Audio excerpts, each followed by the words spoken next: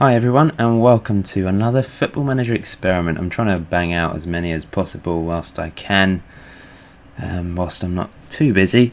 So yeah, here's another one. If you haven't checked out my last two involving Jose Mourinho and Arsene Wenger, make sure you do. I shall put the link to my FM experiments playlist in the description below, so you can have a look. So today's, it's going back to some of my original experiments over a year ago now, where I'd swapped teams from different divisions around. I think I swapped Barca and Real Madrid with Man United and Man City. This one, I've decided to swap Bayern Munich and Barcelona around, and I'm just going to holiday for one season and see how they get on. So two of the best teams, probably the two best teams in Europe, and let's see how they get on in each other's divisions. So yeah, I've holidayed at the end of the first season already, so I'm prepared. So let's look at the German Bundesliga. As you can see, Barcelona finished second, 6 points behind Dortmund. Both teams losing 7 games, so no one really ran away with it there. Obviously, there's only 34 games in the Bundesliga because there's only 18 teams in the division. But pretty disappointing from Barcelona there. I'm not holidaying at second and third season because I forgot to put on the editor that they can qualify in those for the Champions League in those divisions. So there's not much point holidaying it 2 more seasons because that will have an impact on the players they sign and that sort of thing. In future ones though, I will make sure I do that properly. But this is just a quick experiment, one season, just analyse in detail how the players got on and how the teams got on in the various competitions. As you can see, Messi got the highest average rating, 8.24, but wasn't top scorer, only 21 goals. Stefan Kiesling for Leverkusen got the most goals. In fact, Lewandowski got more goals than Messi. Iniesta was second, Fabregas also on that list. But an impressive season from Dortmund. Without Bayern there, they were free to go on and win their title despite Barcelona being in the league. Messi got 18 Man of the Match awards, which is very impressive, and Mascherano 3 red cards. So we'll have a quick look at the Barcelona squad and see how they got on. Appearances wise, Messi played the most games, 26 goals in all competitions, and it was Victor Valdez. Goals wise, obviously Messi was top scorer, and Timo Werner, who they signed, decided to sign a German for 6 million. Is there a rule that you need a certain number of Germans in the team in Germany? That may be the reason. I'm not 100% sure on that. I'm sure someone will clarify that in the comment sections below for you. And average rating wise, it was Messi, then Iniesta, then Busquets. If we have a quick look at what players they signed, in fact, then we can see who they brought in. They brought in 4 players for a total of 26.5 million. Mangala, Cardozo, but not the Oscar Cardozo, a different Cardozo, and Sebastian Jung, he's German as well. And then they sold Bartra to Man City for 16.5 million and Pedro to PSG. That's 3 experiments in a row where Pedro's been sold. That's quite interesting. What else? Gerardo Martino is manager of Barcelona.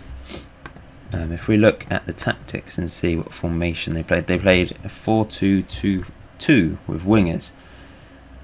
Sanchez and Neymar on the wing, Messi and Werner up front. So they've adapted their style of play to Germany, I would say. That's more of a German, although Bayern Munich only play one up front, but I think that's slightly more direct, with only two strikers and a couple of wingers.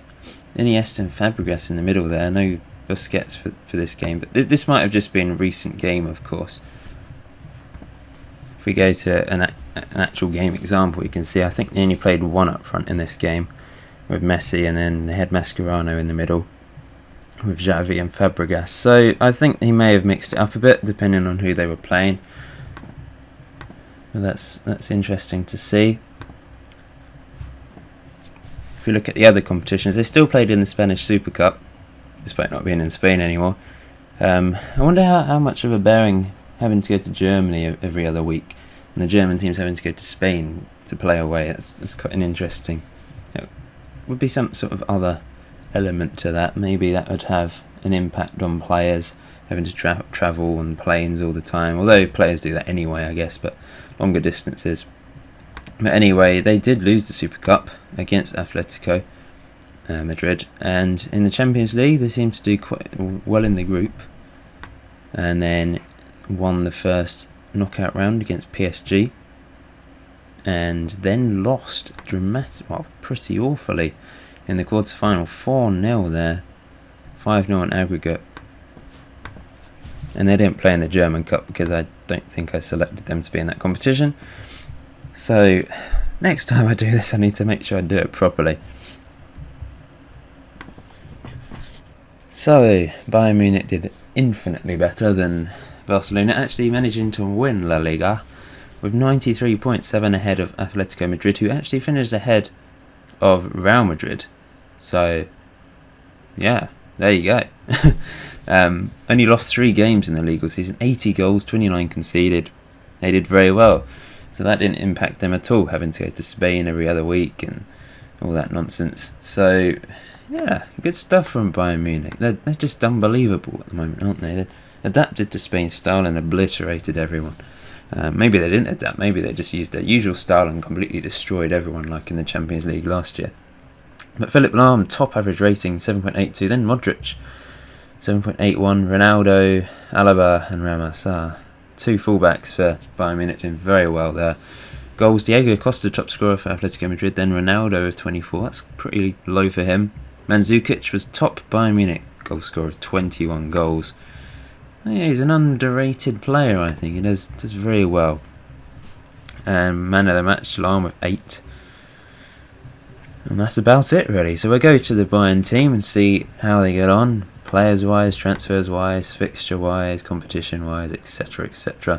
Philipp Lahm with the most appearances there. Goal scorer was Mandzukic, 31 goals in all competitions. That's very impressive. Then Müller, Ribéry, Robben. Top average rating, Lahm. Alaba, Kroos, fantastic player. Schweinsteiger, Götze did well, 8 goals. Didn't play that many games though, but he's still young. Van Buiten's still getting 41 games under his belt for Bayern Munich. And Neuer with 55 starts. Transfers. So they signed 3 players. Ricardo Rodriguez from Wolfsburg. Caro. Who is this guy? Never heard of him.